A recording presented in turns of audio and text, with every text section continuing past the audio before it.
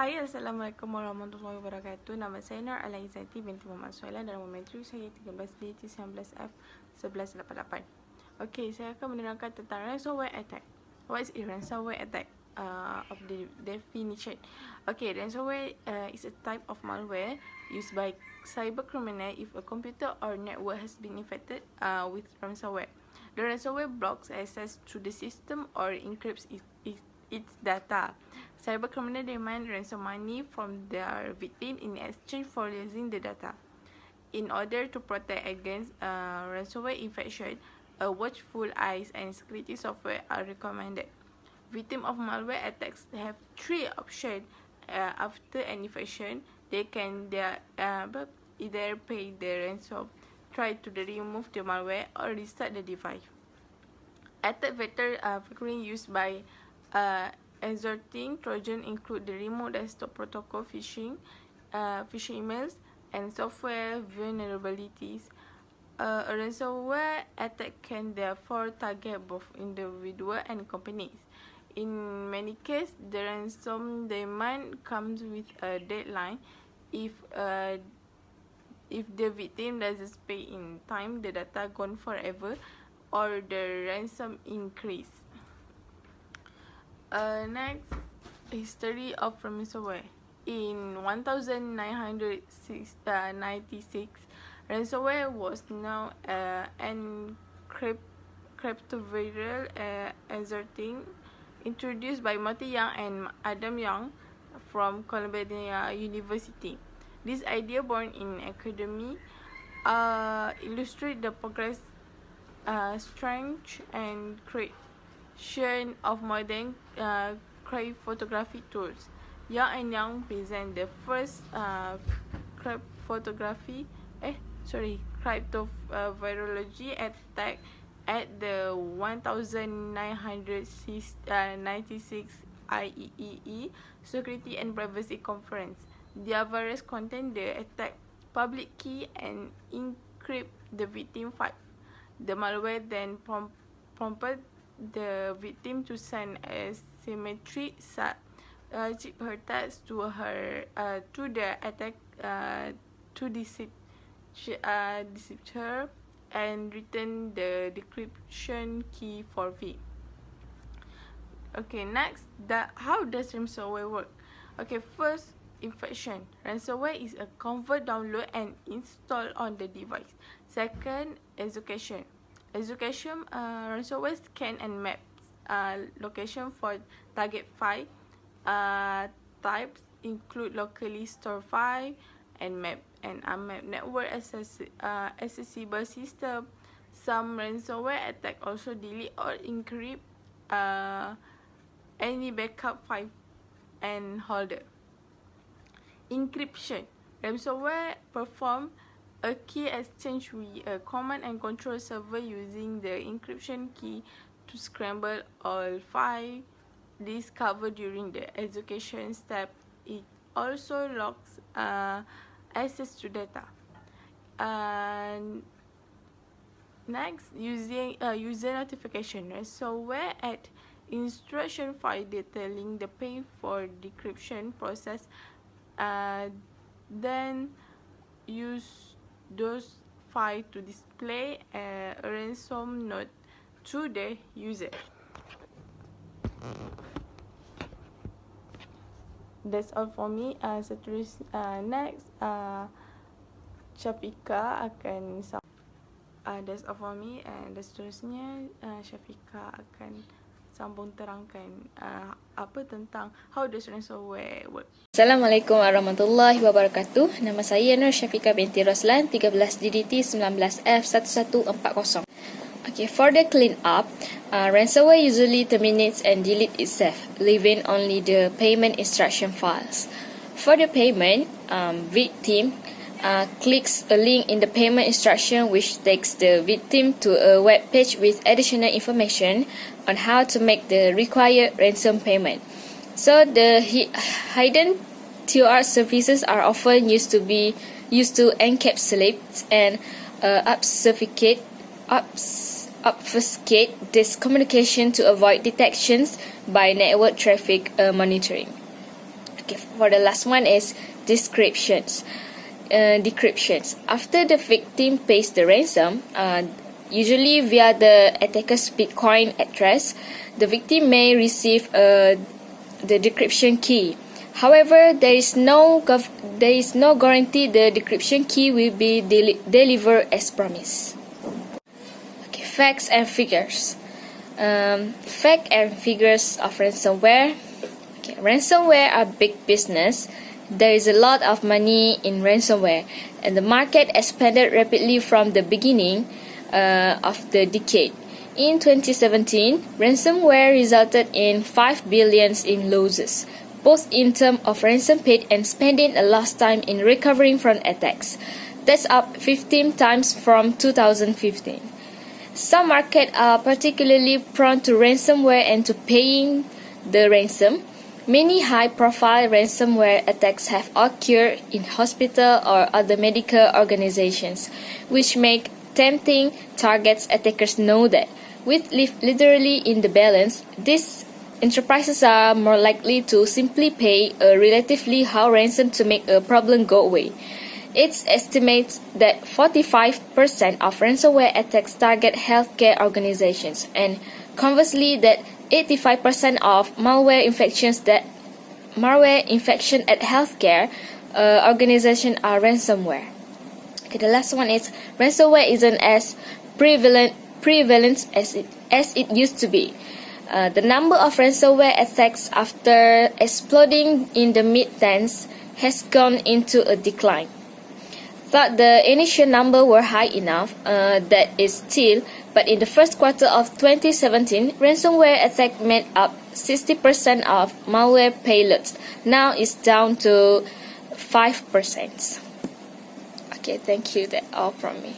Assalamualaikum warahmatullahi wabarakatuh. Nama saya Siti Aisyah binti Kamal, nombor matrik 13 DDT 19F1216. Okey, saya akan sambung iaitu untuk risk of ransomware. Any device connected to the internet is a risk of becoming the next ransomware victim. Ransomware scan a local device and any network connected storage, which means that a vulnerable device also makes the local network a potential victim. If the local network is a business, the ransomware could encrypt important documents and system files that could have service and productivity.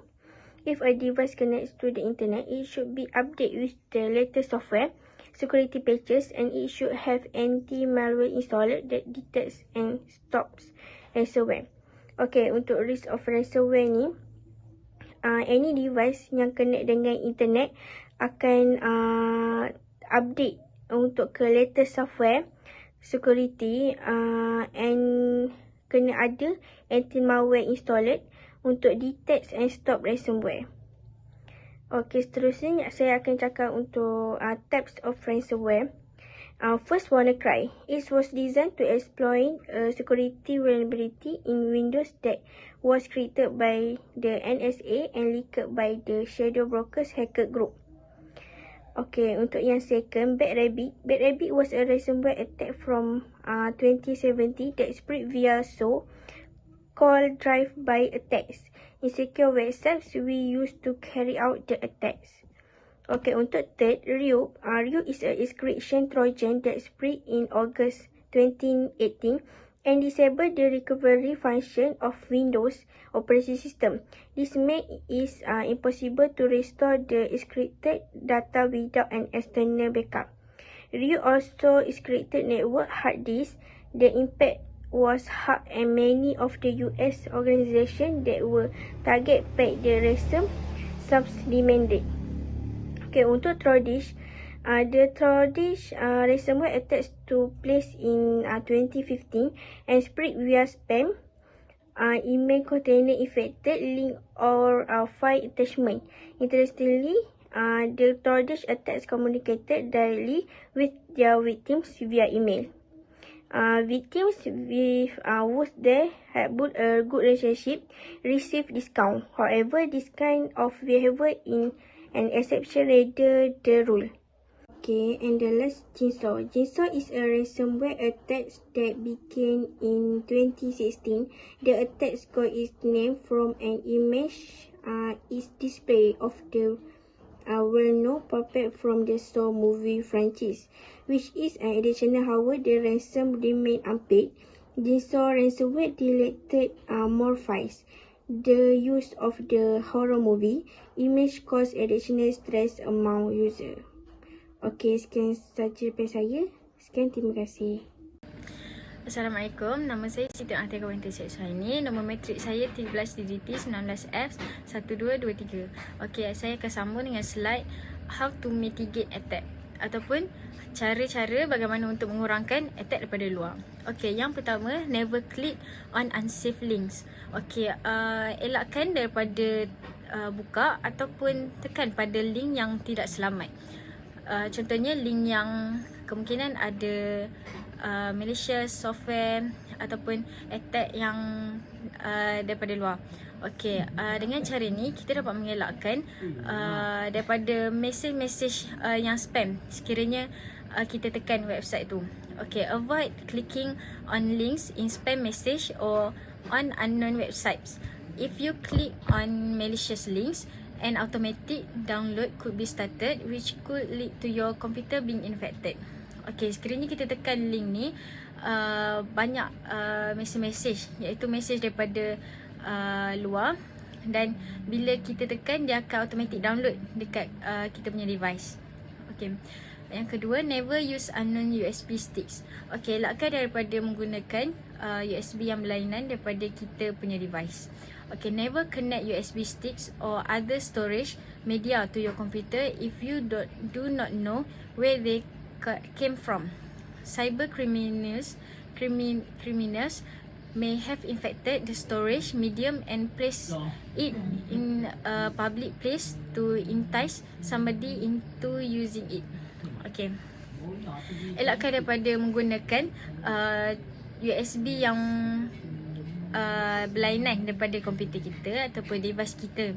Sebabnya dengan menggunakan tu, orang luar boleh godam kita punya software. Okay, keep your programs and operating system up to date. Okay, sentiasa pastikan program kita ataupun komputer kita dan juga device kita sentiasa up to date. Okay, regularly updating programs and operating system helps to protect you from malware. When performing updates, make sure you benefit from the latest security patches. This makes it harder for cyber criminals to exploit vulnerabilities in your programs. Okay, dengan cara ni kita selalu update kita punya device, kita punya OS. Benda ni dapat membantu melindungi kita punya device dan juga OS kita daripada malware. Okay, yang seterusnya, avoid disclosing personal information. If you receive a call, text message or email from an untrusted source requesting personal information, do not reply. Okay, dengan cara ni, kalau kita ada mungkin daripada scammer ataupun mesej-mesej daripada orang luar yang tak dikenali, kita tak payah layan ataupun kita tak perlu reply. Sebabnya benda-benda macam ni mereka akan minta kita punya detail information. Jadi kita tak perlu reply dan tak perlu layan mesej-mesej yang kita tak tahu. Okay, do not open suspicious email attachment. Okay, jangan buka email daripada orang yang kita tak kenali. Sebab mungkin ini adalah satu cara attack daripada luar. Okay, ransomware can also find its way to your device through email attachment. Okay, mereka akan cari macam-macam cara. Antara caranya dengan email attachment. Okay, avoid open device looking attachment. To make sure the email is trustworthy, pay close attention sender and check that the address is correct. Okay. Yang seterusnya adalah use VPN service on public Wi-Fi networks. Okay. Consistent use of public Wi-Fi networks is a sensible protective measure against ransomware. Using a public Wi-Fi network, your computer is more vulnerable to attacks. To stay protected using public Wi-Fi for sensitive transaction or use a secure VPN service. Okay, sebagai penutupnya, sebagai conclusion, ransomware is all its form and variants poses a significant threat both to private users and companies. This makes it all the more important to keep an eye on the threat and to be prepared for all eventualities. It is therefore essential to learn about ransomware, highly conscious of how you use device and to install the best security software. Okay, sebagai conclusionnya, ransomware ni adalah satu attack yang mempunyai pelbagai cara untuk attack kita punya device ataupun software. Jadi kita kena sentiasa berwaspada dan juga sentiasa mencari cara ataupun cara yang lebih baik adalah install the best security software untuk protect kita punya software daripada attack. Sekian, terima kasih.